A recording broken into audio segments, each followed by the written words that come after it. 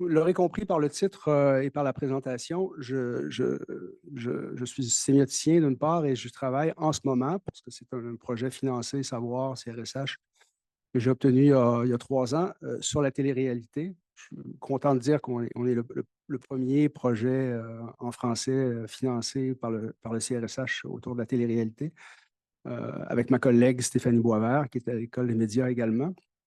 Donc, je m'intéresse à la télé-réalité pour une raison bien précise. Je vais peut-être clarifier ça un peu au départ, étant donné que ce n'est pas un colloque spécifiquement sur les médias populaires, sur la culture populaire. Comme je participe souvent à des colloques comme ceux-là où on n'a pas nécessairement besoin de justifier la chose. Ici, c'est peut-être un peu différent. Je travaille sur la télé-réalité à partir d'une perspective donc sémio-pragmatique, c'est-à-dire pour essayer de comprendre la nature des liens, des rapports qui se tissent entre ces formes-là, ces nouvelles formes de télévision très populaires et la production de la réalité. Traditionnellement, moi, j'ai fait mon doctorat en sémiologie du cinéma. Je me suis toujours intéressé à ces formes, au départ cinématographiques, ensuite télévisuelles, qui ont un rapport, appelons-le, problématique avec la réalité, un problème, un rapport complexe avec la réalité. Par exemple, le faux documentaire ou bon, des formes comme celle-là. Et quand est apparu dans le paysage télévisuel la télé-réalité, ça m'a tout de suite intéressé. Pas que je prends un intérêt immense à me taper des heures et des heures et des heures d'émissions de télé-réalité, ce que je dois faire. Euh, c'est pas que j'y prends nécessairement un immense plaisir, mais c'est une forme culturelle qui me semble en ce moment extrêmement importante, pertinente, parce que beaucoup de gens y puisent d'une certaine façon une nouvelle conception des rapports entre les médias et la réalité. Donc, c'est je dirais, le cadrage général que je donne à mes recherches. Puis après ça, ben, il y a toutes sortes d'autres questions, évidemment, qui viennent se greffer à celle-là. Donc, je vais. Voilà, merci. Première page. Donc, je vais y aller. Je vais faire ma présentation en 3 temps. Donc, l'émission à laquelle je vais m'intéresser, parce que je pars toujours de corpus très précis, l'émission à laquelle je vais m'intéresser s'appelle Si on s'aimait, SOS pour les intimes. Si on s'aimait est une émission qui est diffusée sur le réseau TVA 4 jours par semaine, du lundi au jeudi à 19h30. C'est une émission qui est, comme je vais le dire tout à l'heure, suivie par près d'1 million de personnes, un peu moins qu'1 million de personnes, un peu moins d'1 million de personnes par épisode, donc qui est extrêmement populaire, parmi les émissions les plus populaires en ce moment. Et ce qui est aussi particulièrement intéressant, c'est que c'est une émission qui suscite beaucoup de controverses, donc qui est beaucoup discutée sur les réseaux sociaux, beaucoup commentée par les gens. Donc, c'est une émission qui produit ce que moi j'appelle, je ne suis pas le seul à l'appeler comme ça, mais c'est une émission qui produit beaucoup de conversations télé, beaucoup de discours sociaux autour des contenus, pour des raisons, je pense, qui sont justement de nature sémiotique et tout particulièrement de nature sémio-pragmatique. Donc, je vais y aller en 3 temps. Je vais commencer par situer cette émission, pour ceux qui ne la connaissent pas, donc du point de vue de sa logique de programmation, ce que j'appelle également les promesses, hein, les promesses faites par cette émission-là. François Josse nous parle des promesses du genre. Je vais développer très brièvement là-dessus. Ensuite, le questionnement qui m'anime aujourd'hui. Ensuite, je vais vous présenter de façon très succincte. Il y a tout un travail analytique de grille derrière ça, mais je vais vous présenter vraiment je vais faire une présentation très succincte ce qu'on appelle le dispositif de l'émission, c'est-à-dire comment elle met en place justement les éléments de communication. Et je vais terminer sur quelques conclusions en termes d'authenticité, de feintise et de ce que j'appelle les cadres de lecture. Donc, si on s'aimait donc dans l'écosystème télévisuel contemporain, c'est une émission qui est présentée par le réseau TVA lui-même comme, bon, des fois on dit une, des fois on dit un, là, c'est pas, je pense que le genre n'est pas complètement fixé. Des fois on dit une docu-réalité, parfois on dit un docu-réalité. Moi, j'ai tendance à plutôt dire une docu-réalité. Sur le site de TVA, on le présente comme un docu-réalité. Bon. Dépendamment si on met plus l'accent sur le docu ou sur le réalité, le genre change. Donc, qu'est-ce que c'est qu'un docu-réalité? Ben, c'est une émission qui est cadrée, en fait, comme un documentaire, mais un documentaire pour lequel les événements documentés sont produits par le média lui-même. Donc, on ne part pas d'une situation réelle déjà existante que le média irait documenter, c'est qu'on se donne en quelque sorte des événements créés pour le média que l'on documente pour l'émission. Donc, c'est ce qu'on appelle la docu-réalité. Pour ceux qui connaissent un petit peu la télévision américaine, j'ai mis là, ici des images. Couples Therapy est probablement l'émission aux États-Unis qui ressemble plus à Si on s'aimait. C'est à rapprocher également de certaines émissions qu'on appelle aussi des docu-réalités, mais je dirais un petit peu plus traditionnelles, comme ce qu'on retrouve par exemple à Télé-Québec, une émission comme 24/7, donc qui s'intéresse à la situation des médecins et des infirmières dans le système hospitalier québécois. Et ça se rapproche aussi, notamment par son thème, de grandes émissions de télé-réalité, notamment québécoises comme Occupation double, mais on peut penser à The Bachelor aux États-Unis, à d'autres émissions. Donc, c'est quelque part dans cette mouvance qu'on appelle la télé-réalité et qui nous donne à chaque année de nouveaux formats, là, de nouvelles émissions, en quelque sorte, à se mettre sous la dent. Donc, c'est une émission, comme je l'ai dit, qui est diffusée 4 jours par semaine dans la case horaire de 19h30. Ce n'est pas innocent, parce que la case horaire de 19h30, c'est la case qui suit immédiatement une émission qui s'appelle Indéfendable, qui est une émission de fiction d'une demi-heure. Et donc, il y a une continuité en prime time à TVA entre une émission de fiction et cette émission-là. Pour moi, ce n'est pas innocent, vous allez comprendre pourquoi tout à l'heure. Donc, c'est suivi en moyenne par 850 000 personnes, donc un très gros auditoire. C'est un des succès de TVA depuis quelques années. Et c'est également une émission, je pense que ça vaut la peine de le dire, qui est marquée par quelques controverses, notamment le fait que sa principale vedette de l'émission, Louise Sigouin, qui est une sexologue spécialiste en relations de couple, a été radiée de l'ordre du fait de sa participation à l'émission. Et elle a préféré, en fait, continuer avec l'émission et être radiée de l'ordre plutôt que de renoncer à l'émission et rester sexologue. Bon. Probablement pour des raisons d'éthique, j'imagine. En tout cas, je crois que la motivation est très certainement en partie financière, mais il y a probablement toute une constellation de raisons également qui l'ont poussé à ça. L'autre élément controversé associé à l'émission, puis pour moi aussi, c'est très important parce que ça fait partie de cette conversation télé que j'évoquais tout à l'heure, c'est les commentaires sur les pages, notamment sur la page Facebook, les commentaires souvent très violents qui sont émis à l'encontre des participants. Donc, il y a vraiment une conversation télé autour de cette émission-là, notamment sur les réseaux sociaux. Et cette conversation-là est très animée et parfois très violente, très critique. Et je crois, c'est une de mes hypothèses, que la nature même, la nature sémiotique justement de cette émission-là contribue beaucoup à cette conversation et à la nature de cette conversation. Donc, voilà pour la présentation de l'émission dans son écosystème. Je fais un petit détour par François Jost, qui nous parle, en fait, et qui nous dit qu'une émission de télévision ne propose pas de contrat. Il n'y a pas de contrat communicationnel à proprement parler dans une émission de télévision. Une émission, en fait des promesses, principalement 2 promesses.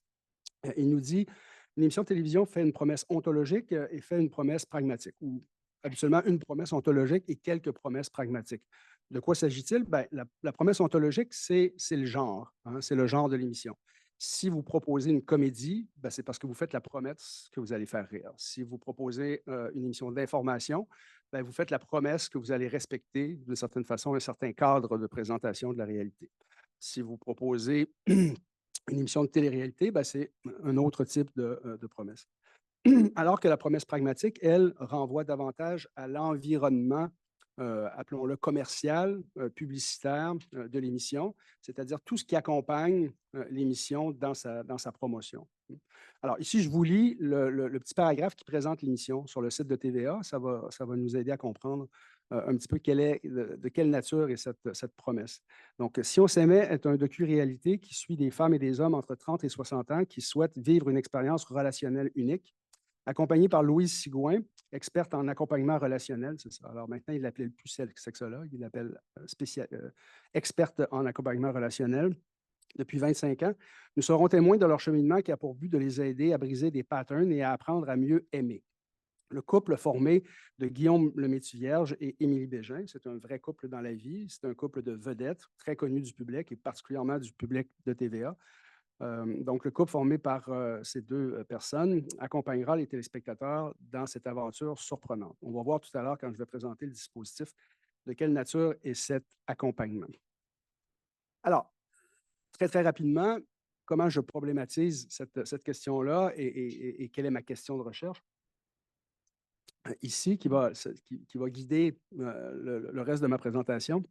Donc, je pars d'une autre citation de François Jost, cette fois-ci sur un autre sujet, non pas sur la promesse associée aux émissions de télévision, mais sur ce qui caractérise en quelque sorte le panorama de ce qu'il appelle les mondes de la télévision. Hein, il nous dit, bon, les théories du cinéma, et c'est également vrai des théories de la télévision, mais je pense que ça remonte assez loin dans les théories du cinéma, se sont beaucoup occupées de la fiction, un peu moins du documentaire, et très peu de ce territoire, peut-être le plus vaste, hein, selon lui, qui s'étend de l'une à l'autre et que j'appelle le champ de la feintise. Hein. Donc, à chaque fois qu'on est face à un film, à une émission de télévision, hein, devant des contenus qui n'appartiennent pas d'emblée, de façon très évidente, ni au champ de la fiction, ni au champ du documentaire, on se retrouve dans cet interstice et je pense, c'est une des hypothèses sur lesquelles je travaille depuis plusieurs années, que la télé-réalité est probablement ce terrain le plus riche, justement, pour investiguer cette zone, appelons-la mixte, entre fiction et réalité. Alors, et la question que je me pose, comment les injonctions contradictoires, hein, parce qu'il y a toujours une injonction ou des injonctions contradictoires à la télé-réalité, d'authenticité et de feintise, hein, qui sont propres au domaine, au champ de production qu'on appelle celui de la télé-réalité, contribuent-elles au cadrage énonciatif particulier de Si on s'aimait et quels en sont les effets sur la production de ce qu'on appelle en sémiopragmatique hein, les lectures fictionnalisantes ou les lectures documentarisantes. Hein. Alors, je ne rentrerai pas parce que j'aurais pas eu le temps. Je ne rentrerai pas dans tout l'attirail terminologique de la sémiopragmatique, mais une chose qu'il faut savoir, hein, c'est qu'en sémiopragmatique, un texte en lui-même n'est jamais un documentaire ou une fiction. Un texte ou une fiction sont lus hein, selon des paramètres fictionnalisants ou documentarisants. C'est-à-dire que le choix hein, la décision de dire s'il s'agit d'un documentaire ou d'une fiction en revient en quelque sorte au spectateur et à son cadrage, hein, au cadre de sa lecture. Bon, arrivons-en maintenant ce que j'appelle le dispositif de Si on s'aimait. Ce que j'appelle dispositif, en fait, c'est l'organisation de tous les éléments hein, communicationnels pertinents. Et là, ici, je vais faire une distinction pour le présenter entre deux éléments. D'une part, les protagonistes, donc l'ensemble des personnes impliquées dans l'émission, qui apparaissent à l'écran en quelque sorte. Et d'autre part, ce que j'appelle les cadrages ou les mises en forme hein, que propose l'émission. Il y a 4 types de participants et 5 types de cadrages. Je vais passer à travers ceux-ci assez rapidement pour que vous ayez une bonne idée de ce que fait l'émission.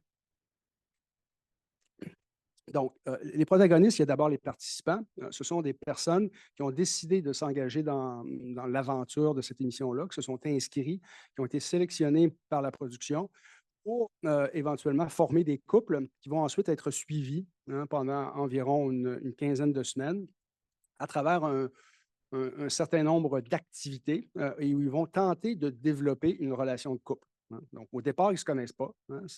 Les premières émissions, ce sont des émissions qui sont consacrées à ce qu'on appelle des blind dates. Hein. Les candidats qui ont été au départ sélectionnés choisissent une personne. Les deux hommes choisissent une femme, les deux femmes choisissent un homme. Pas beaucoup il y a eu certains couples homosexuels dans les dernières années, mais cette année, c'est que des couples hétérosexuels. Et une fois donc que ce choix-là a été fait, il s'engage dans cette histoire.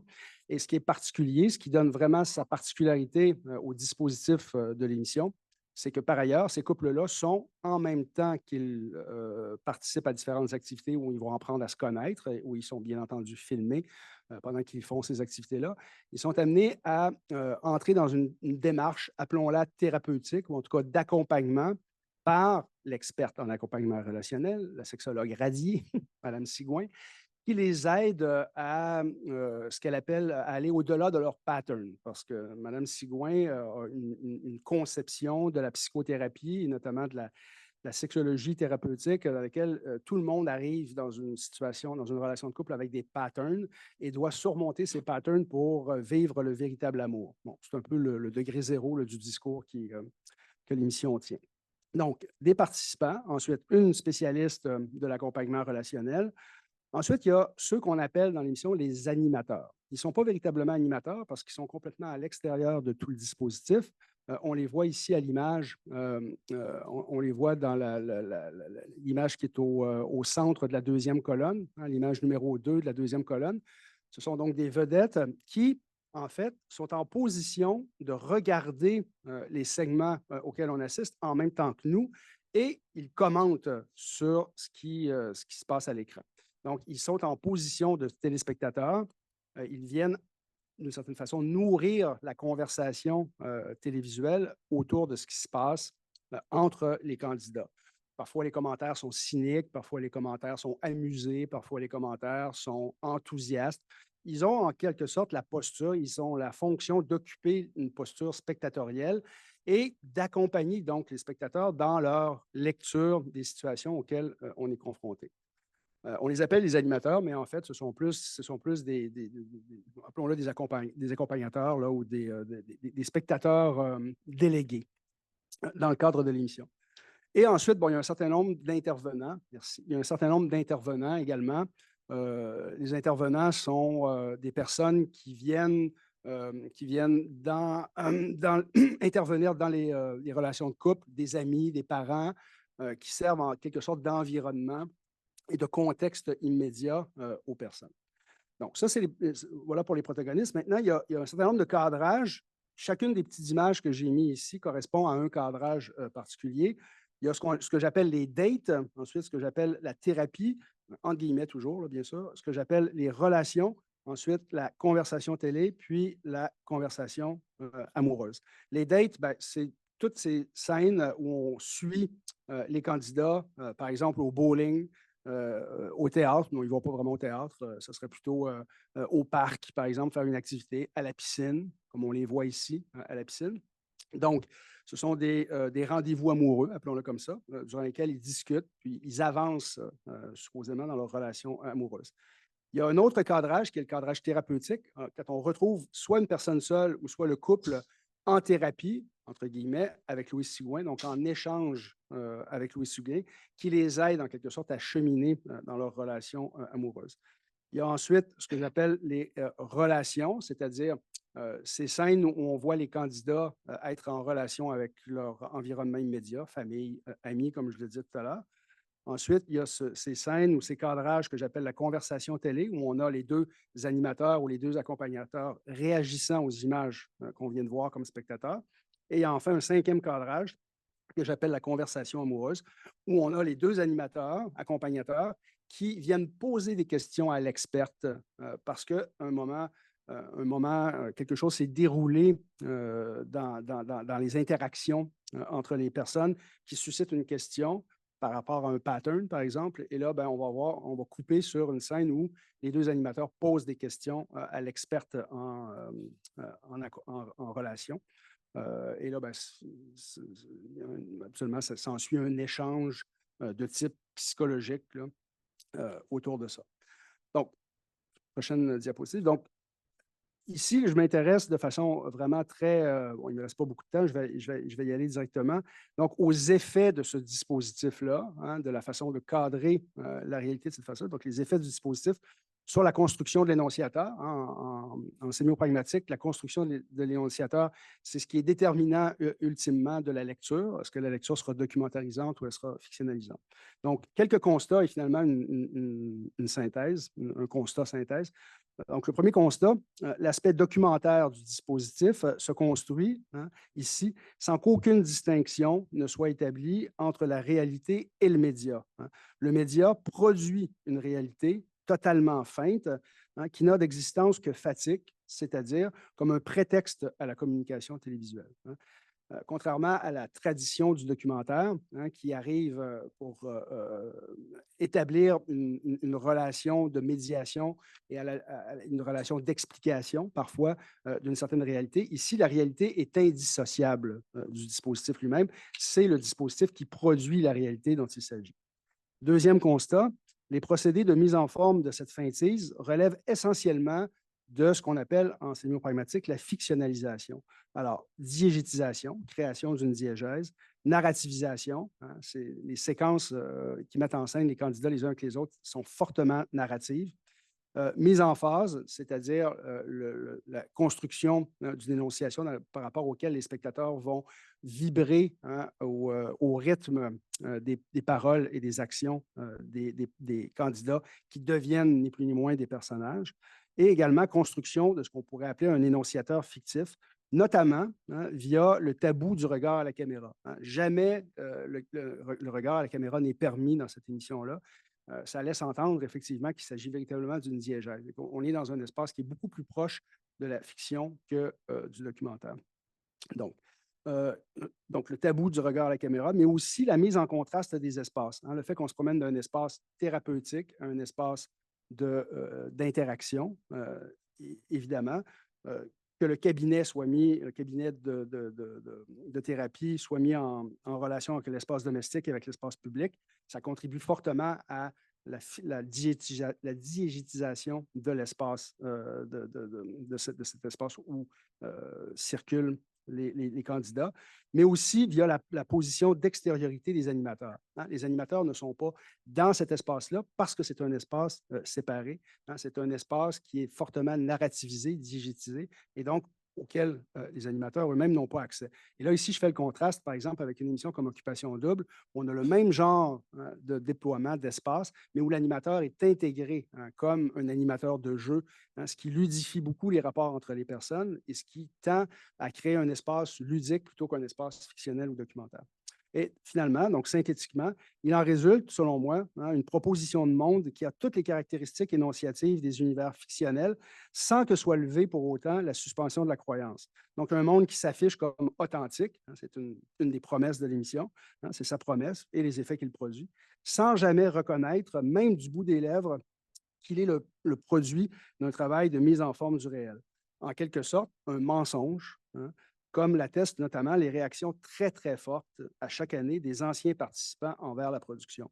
Il y a toujours, presque à chaque année, une espèce de petit scandale quand les candidats qui ont participé à l'émission voient le résultat final de l'émission et là s'élèvent contre la production, sortent dans les médias, essaient de parler. Moi, il y en a plusieurs qui m'ont appelé personnellement parce qu'ils savaient que je m'intéressais à l'émission. J'avais été interviewé par Hugo Dumas, qui est chroniqueur à la presse, qui s'intéresse souvent à cette émission-là. Les gens qui ont participé sont souvent outrés de la façon dont on a construit leur histoire à travers l'émission. Donc, ça, c'est, je dirais, l'ensemble du cadre. Dernière page, parce que c'est la prochaine étape. La prochaine étape de la recherche, c'est d'aller vers les fans. Hein, pour nous, c'est d'aller vers les gens qui apprécient cette émission-là et de voir comment, justement, le dispositif en question a des effets très précis. Ici, je vous donne quelques exemples de commentaires glanés sur Facebook hein, qui montrent très bien, justement, cette mise en phase explicite hein, des téléspectateurs. Donc, je crois qu'ils ont compris que ça se travaille à deux, une relation saine. J'espère qu'ils sont encore ensemble aujourd'hui. Je leur souhaite vraiment. Hein. Donc, les gens embarquent dans cette histoire-là. Ils y croient au premier degré. Hein. Juju et Marie-Josée disent quel beau parcours. Vraiment, Louise, donc l'experte en relations, les a amenés très loin hein, et pour bien vivre une relation. Qui, d'après eux, n'aurait pas eu lieu à cause de leurs expériences précédentes. Bravo à Louise et au couple, j'espère, qui perdure dans le temps. Et là, un autre qui est un petit peu plus cynique, il dit « Moi, je crains qu'un jour, il pète une coche magistrale. Hein, je ne la truste pas. Mauvais feeling. » Donc, vous voyez un peu la nature des commentaires qui se déploient. Ce sont des commentaires qui se déploient comme on déploierait des commentaires face à la réalité de nos voisins hein, ou à la table à côté au restaurant de gens qui ont commencé à se disputer. C'est vraiment, les gens entrent dans ces univers-là comme dans un univers très, très authentique. Et c'est par des procédés de fictionnalisation qu'on réussit à créer cette authenticité-là. Voilà, je vous remercie.